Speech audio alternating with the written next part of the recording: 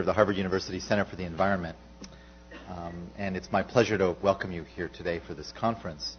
I'm a climate scientist, and whether you're studying climate change or biodiversity loss or air pollution, it's easy to think about environment in terms of the science, in terms of the economics or the political science involved.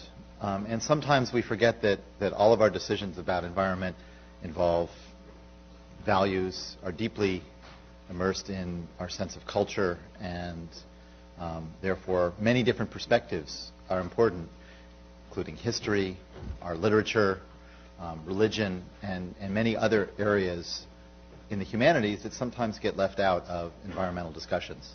And so it's a real pleasure today to convene this wonderful group of scholars to give 6 different perspectives on thinking about the environment from their different visions. And I want to thank Don Swearer, who's the director of the Center for the Study of World Religions, who sponsored this conference along with our center. And I'm glad that all of you can be here today. Don, say a few words.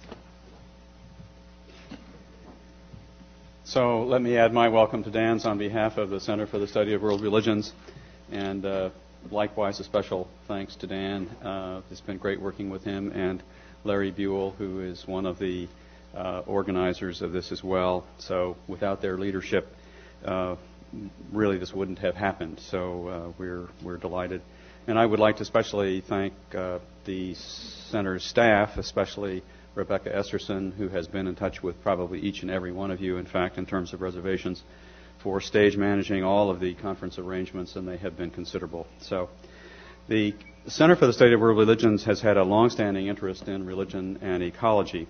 There was a series of 11 conferences on religion and ecology that were organized around different religious traditions.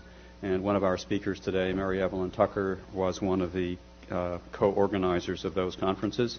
And several volumes, 9 volumes, have been published from those conferences.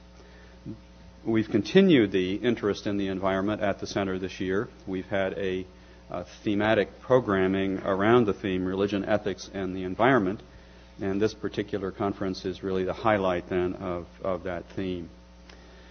A few words about logistics. There are box lunches that will be available for all of you when we break at 12:20.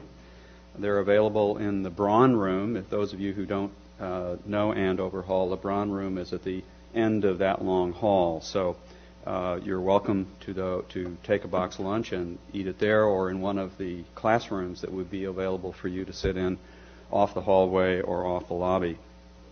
If you do take lunch outside the Divinity School, be sure that you come back promptly at 1:20 when we will have our first speaker for the afternoon.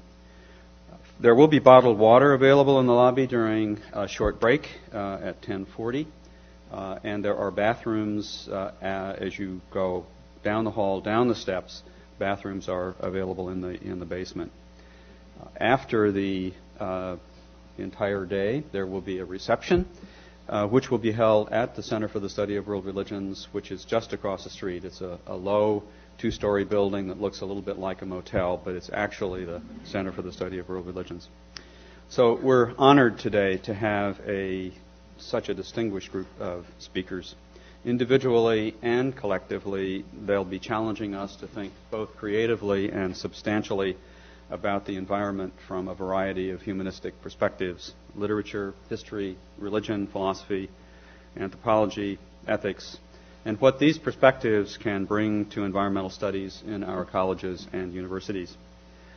The program is an incredibly rich one, as you know from looking at the brochure, and we'll do our best to keep to schedule. There will be time for only a brief question and answer period after each presentation.